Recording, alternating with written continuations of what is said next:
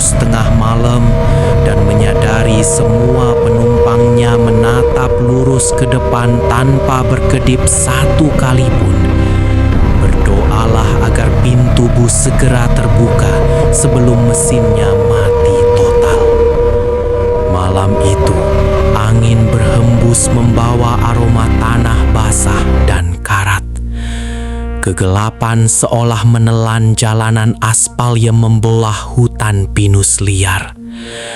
Ada rahasia kelam yang disembunyikan oleh kabut tebal. Sebuah rahasia tentang kendaraan usang yang hanya muncul di bawah bayangan bulan purnama, menjemput mereka yang salah melangkah di waktu yang salah. Semuanya bermula di sebuah terminal sepi di ujung kota. Jarum jam menunjuk tepat ke angka 12 malam ketika pria malang itu melangkah naik. Keputusasaan untuk segera tiba di kampung halaman membutakan insting bertahannya.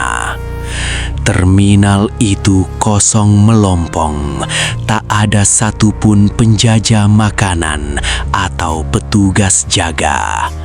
Hanya ada satu bus yang mesinnya menyala dengan suara parau. Ia tidak menyadari bahwa bus itu tidak pernah tercatat dalam jadwal keberangkatan manapun selama lebih dari 2 dekade terakhir. Udara di dalam bus terasa luar biasa dingin, jauh melebihi hembusan pendingin udara biasa. Pria itu memilih kursi paling belakang, sudut teraman menurutnya, untuk mengistirahatkan tubuh yang penat. Rasa kantuk menyerang dengan cepat, bagai sebuah mantra bius yang sengaja dihembuskan ke udara gaib. Di bawah pendar cahaya lampu neon kabin yang berkedip tak beraturan, ia memejamkan mata, membiarkan tubuhnya terombang-ambing oleh guncangan pelan kendaraan yang terus melaju menembus pekatnya malam, menuju rute yang tak pernah ada di peta. Entah berapa lama waktu berselang, sebuah guncangan keras membangunkannya secara paksa. Kesadarannya pulih perlahan, disambut oleh hawa dingin yang kini terasa menusuk hingga ke sumsum tulang. Ia menggosok matanya yang berat, pandangannya masih kabur. Namun ada satu hal yang langsung ditangkap oleh instingnya, yaitu kesunyian yang amat tidak wajar. Sebuah bus malam yang penuh sesak oleh penumpang seharusnya dipenuhi oleh suara dengkuran halus, gemerisik jaket, atau hembusan nafas. Tapi di sini ruang hampa merajai, seolah kehidupan telah lama berhenti berdetak. Ia mencoba menenangkan debar jantungnya yang tiba-tiba berpacu tanpa alasan. Matanya menyapu sekeliling kabin bus yang remang-remang. Deretan kursi di depannya terisi penuh. Setiap kepala penumpang terlihat menyundul sandaran kursi. Namun, posisi duduk mereka semua identik, tegak kaku, bagai manekin kayu yang disusun rapi di etalase toko tua. Tidak ada satupun bahu yang naik turun menandakan tarikan nafas. Kengerian psikologis mulai merayap naik dari perutnya, meremas pita suaranya hingga ia tak mampu mengeluarkan satu suku kata pun. Pandangannya beralih ke bagian depan, mencari sosok pengemudi demi menemukan semacam kepastian. Di balik kaca pembatas yang buram dan kotor, siluet sopir tampak bungkuk pantulan wajah dari kaca spion tengah, hanya kegelapan yang pekat. Gerakan tangan sang sopir saat memutar setir terlihat sangat mekanis, kaku dan patah-patah, layaknya boneka mekanik berkarat. Jalur yang mereka lewati kini sama sekali tidak memiliki penerangan. Murni hanya diterangi oleh sorot lampu depan bus yang menembus lorong kabut tanpa ujung. Didorong oleh rasa penasaran yang mulai bercampur dengan teror, pria itu mencondongkan tubuhnya perlahan ke depan. Ia mencoba mengintip penumpang pria yang duduk tepat di kursi depannya. Tiba-tiba, aroma tidak sedap menyumbat rongga hidungnya secara brutal. Ini bukanlah sekadar bau apek khas kendaraan tua, melainkan bau anyir logam yang sangat tajam, bau darah yang telah lama mengering. Perutnya bergejolak hebat, seolah menolak aroma kematian yang menempel di setiap inci kain pelapis kursi bus terkutuk tersebut. Ketika pupil matanya mulai beradaptasi dengan minimnya cahaya, ia menyadari sebuah kejanggalan yang luar biasa. Pakaian yang dikenakan oleh penumpang di depannya dan juga penumpang lain yang bisa ia lihat, semuanya berasal dari mode era 90-an. Kemeja flanel kebesaran, jaket denim usang berpotongan kuno, dan gaya rambut masa lalu. Namun yang membuat aliran darahnya seakan membeku adalah noda merah kecoklatan yang membasahi kerah kemeja pria di depannya. Noda darah tebal yang retak-retak dimakan kejamnya usia. Kepanikan liar mulai mengambil alih akal sehatnya. Ia berulang kali meyakinkan dirinya bahwa ini hanyalah mimpi buruk, sebuah halusinasi dari kelelahan yang ekstrim. Namun, rasa dingin yang menusuk pori-pori dan bau anyir yang menyesakkan dada ini terlalu nyata untuk sebuah ilusi pikiran. Ia menggeser tubuhnya mendekati lorong tengah bus, menatap lurus ke arah memanjang yang membelah barisan kursi. Pemandangan di depannya adalah mahakarya dari sebuah teror absolut. Puluhan penumpang duduk terdiam mematung. Kepala mereka semua menghadap tegak ke depan dengan presisi yang mengerikan. Sesaat kemudian, saat bus berbelok tajam melintasi jalanan pegunungan, cahaya bulan purnama menembus celah pepohonan mati dan menyapu bagian samping wajah seorang wanita di seberang lorongnya. Pria itu menahan nafas seketika hingga rongga dadanya terasa sakit terbakar. Wajah wanita itu sepucat pualam dengan sepasang bola mata hitam pekat tanpa bagian putih sama sekali. Dan mata kelam itu terbuka amat lebar, menatap lurus ke depan tanpa berkedip sedikit pun, walau silau cahaya melewatinya. Mereka bukanlah manusia yang tertidur. Mereka adalah cangkang kosong peninggalan tragedi. Ingatan masa kecil yang terpendam tiba-tiba menyeruak ke permukaan benaknya, bak air bah hitam. Sebuah kliping koran tua yang pernah ia baca 2 dekade silam.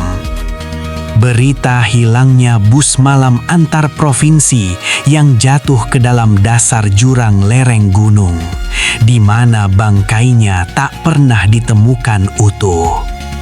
Seluruh penumpang dinyatakan tewas, hilang ditelan lebatnya hutan dan rahasia malam. Kini ia tahu dengan pasti di mana bangkai bus itu tersesat. Kendaraan terkutuk ini tidak lagi mengantarkan jiwa yang hidup, melainkan menjemput jiwa baru untuk melengkapi perjalanan abadi mereka. Pemuda itu menoleh kasar ke arah luar jendela dengan panik yang membuncah. Sangat berharap matanya dapat mengenali tanda petunjuk jalan atau kerlip lampu rumah penduduk desa. Namun yang tersaji hanyalah hamparan tanah liat merah yang tandus, dihiasi oleh pepohonan mati dengan ranting-ranting mencuat bagai cakar iblis yang siap merobek langit malam. Ini sama sekali bukan jalan tol atau jalur aspal provinsi yang wajar. Kabut di luar merapat pekat, berputar-putar layaknya roh penasaran yang mengawal kendaraan besi tersebut. Tak ada lagi jalan kembali ke dunia manusia. Keringat seakan membeku, membanjiri pelipis dan lehernya. Tangannya yang gemetar parah mencengkeram erat tali tas fansel kanvas di pangkuannya, seolah benda mati itu adalah satu-satunya jangkar penahan kewarasannya. Otaknya berteriak histeris, memerintahkannya untuk berlari, mendobrak jendela, atau mencekik sang sopir untuk menghentikan laju gila ini. Namun, fisik tubuhnya telah lama mengkhianati perintah otaknya.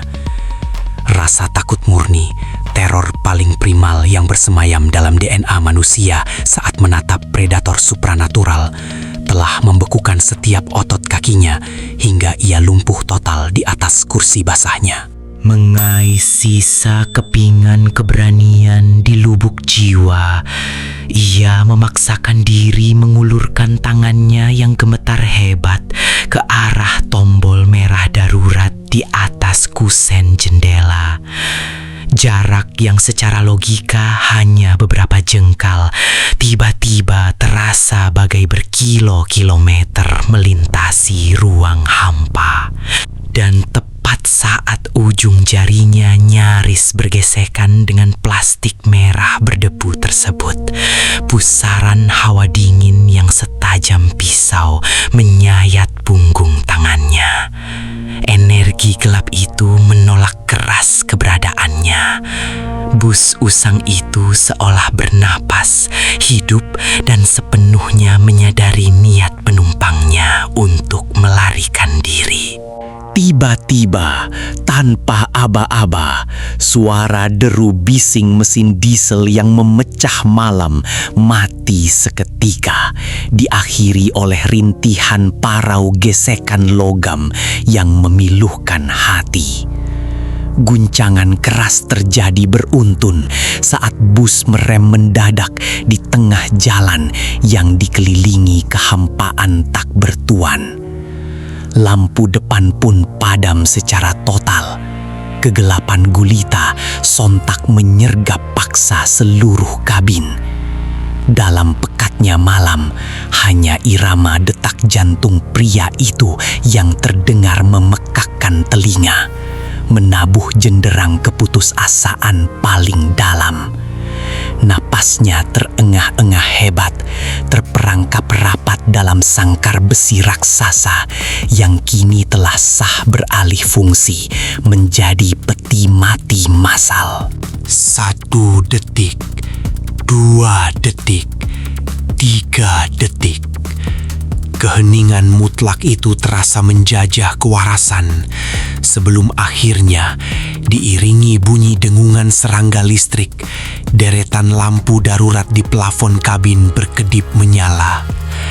Sayangnya, cahaya yang memancar bukan lagi temaram neon keputihan, melainkan pendaran warna merah semerah darah yang menyengat syaraf mata. Pencahayaan iblis ini mentransformasi interior kendaraan berkarat tersebut menyerupai lorong panjang menuju perut neraka jahanam. Bayangan rangka-rangka kursi terbias memanjang mengerikan memenuhi dinding kabin seiring suhu udara yang kembali anjlok drastis menuju titik beku abadi. Teror psikologis sesungguhnya baru saja disahkan. Sebuah bunyi mengerikan gemeretak patahan tulang memecah belah keheningan yang tersisa. Pria malang itu terpaku mati di sudut kursi paling belakang. Bola matanya nyaris keluar melihat manifestasi teror di ruang nyata. Secara perlahan dan serempak, kepala dari puluhan makhluk di dalam bus itu mulai bergerak berputar. Mereka memutar leher dengan ritme mekanis yang kejam dan menyiksa pendengaran. Tulang-tulang leher berderak tajam melawan batas kodrat anatomi ciptaan Tuhan, berputar hingga sudut 180 derajat ke belakang, semata-mata untuk mengunci pandangan mereka ke arah satu-satunya mangsa empuk bernyawa yang meringkuk di barisan paling ujung. Puluhan pasang mata sehitam jurang palung tanpa dasar kini menusuk tajam lurus menatapnya. Tengkorak wajah mereka remuk tak beraturan. Kulit-kulitnya robek menjuntai akibat ciuman brutal dengan kaca dan baja puluhan tahun silam. Bibir-bibir mereka yang membiru dan membusuk mulai perlahan merekah, mengukir senyuman miring tanpa nyawa yang menampung dendam 1000 malam yang sepi. Tidak ada suara auman, tidak ada erangan lapar kesakitan. Hanya ada satu tatapan bungkam yang sukses menembus robek pertahanan hingga ke inti jiwa terdalamnya, meremukkan seluruh fungsi kontrol motorik pemuda itu.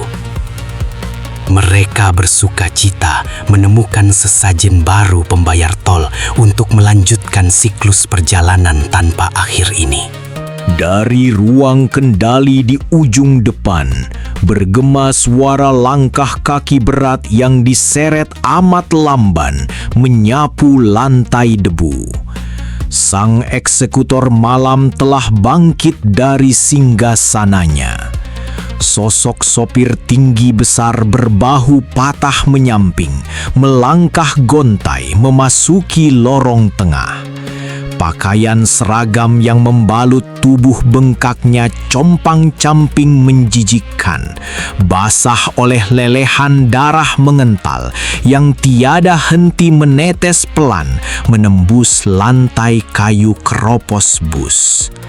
Diiringi setiap langkah kaki pincangnya yang terseret lambat, siluet bayangannya membengkak menelan seluruh tatanan cahaya merah di sekitarnya. Sang kapten malapetaka itu berjalan datang guna menagih biaya tiket terakhir dari jiwa yang tak diundang ini. Tiket yang tarifnya mutlak harus ditebus menggunakan tarikan napas penghabisan. Arah jarum kompas harapannya telah pupus. Kaca jendela telah lama tersegel kokoh oleh benteng kekuatan dimensi lain. Dan pintu bongkar pasang di buritan, seakan sudah ditelan senyawa las baja abadi. Pria itu menenggelamkan tubuhnya serapat mungkin, merangsek ke pojokan tergelap kursi barisan ujung, membiarkan tangis bisu mengiris aliran pelupuk matanya. Awan keputusasaan telah melahap habis sisa benteng kewarasannya. Kala siluet mengerikan sopir hantu itu memangkas habis jarak yang tersisa. Di saat bersamaan, puluhan penghuni lain beramai-ramai menjulurkan jemari busuk berkuku panjang, menyentuh tubuhnya yang menggigil gemetar, bersiap menyeret sang pemuda tenggelam permanen ke pusaran takdir pahit mereka.